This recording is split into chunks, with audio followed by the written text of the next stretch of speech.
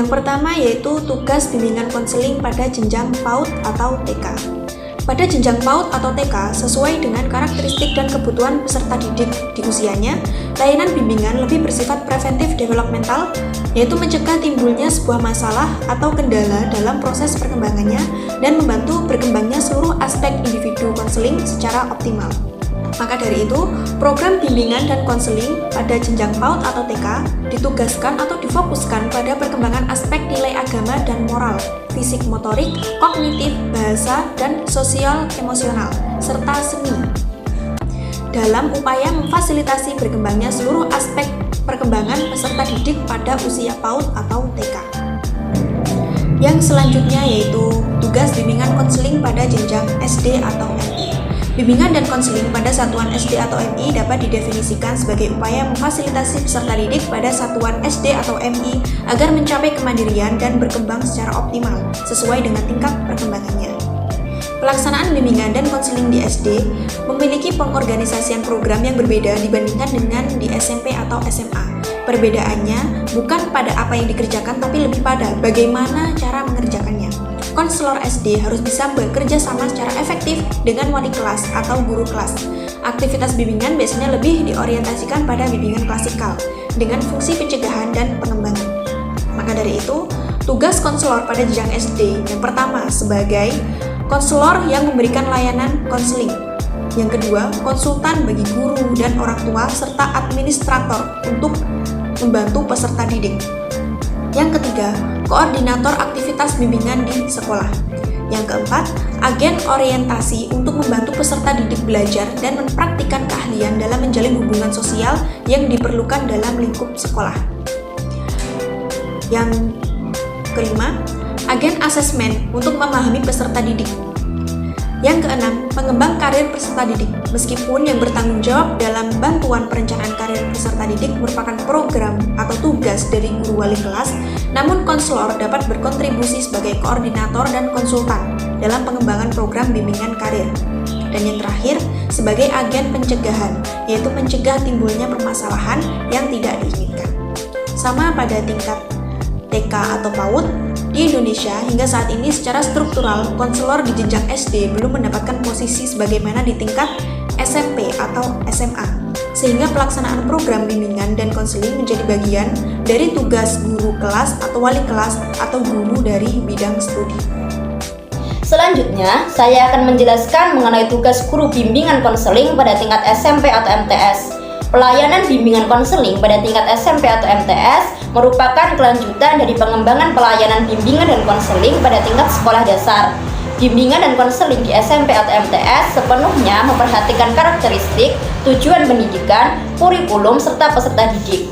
Sebagai pelayanan yang lengkap, bimbingan dan konseling di SMP atau MTS mencakup yang pertama, bidang bimbingan pribadi. Pada bidang ini, tugas guru bimbingan konseling ialah membantu peserta didik mengenal, menemukan, dan mengembangkan pribadi yang beriman dan bertakwa kepada Tuhan Yang Maha Esa, mandiri serta sehat jasmani dan rohani.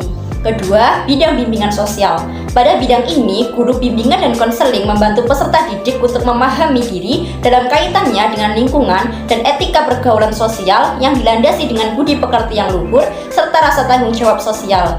Ketiga, bidang bimbingan belajar. Tugas guru bimbingan konseling pada bidang ini ialah membantu peserta didik mengenal, menumbuhkan, mengembangkan diri, serta sikap dan kebiasaan belajar yang baik untuk menguasai pengetahuan dan keterampilan sesuai dengan program belajar yang ada di SMP atau MTS dalam rangka untuk menyiapkan pendidikan ke tingkat yang lebih tinggi dan berperan serta dalam kehidupan masyarakat. Keempat, bidang bimbingan karir. Guru bimbingan konseling pada bidang ini memiliki tugas membantu peserta didik mengenal dan mengembangkan potensi diri melalui penguasaan pengetahuan dan keterampilan, memahami lingkungan, pendidikan, dan sektor pekerjaan sebagai lingkungan yang efektif, serta mengembangkan nilai-nilai dan sikap positif untuk mempersiapkan diri berperan serta dalam kehidupan masyarakat. Pelayanan bimbingan konseling pada tingkat SMP atau MTS merupakan setting yang paling subur bagi guru bimbingan konseling, karena pada jenjang ini guru bimbingan konseling dapat berperan serta maksimal dalam memfasilitasi konseling serta mengaktualisasi potensi yang dimilikinya secara optimal. Baik, pembahasan selanjutnya adalah mengenai peran guru BK atau konselor pada jenjang SMA atau MA dan SMK atau MAK. Di Indonesia, guru BK atau konselor di sekolah SMA atau MA, SMK atau MAK memiliki kedudukan yang jelas dalam struktur organisasi sekolah.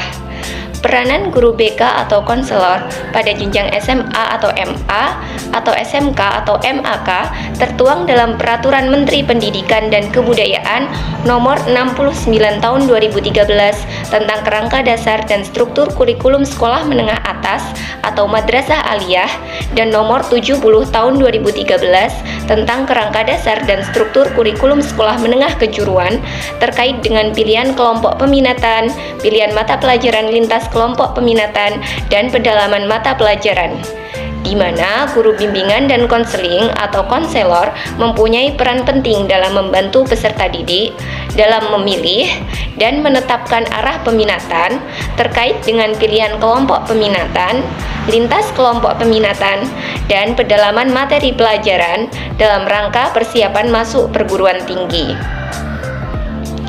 Khusus untuk sekolah menengah atas atau madrasah aliyah dan sekolah menengah kejuruan atau madrasah aliyah kejuruan, bimbingan dan konseling dimaksudkan untuk membantu satuan pendidikan dalam memfasilitasi peserta didik dalam memilih dan menetapkan program peminatan akademik bagi peserta didik SMA atau MA dan peminatan vokasi bagi peserta didik SMK atau MAK, serta pemilihan mata pelajaran lintas peminatan khusus bagi peserta didik SMA atau MA.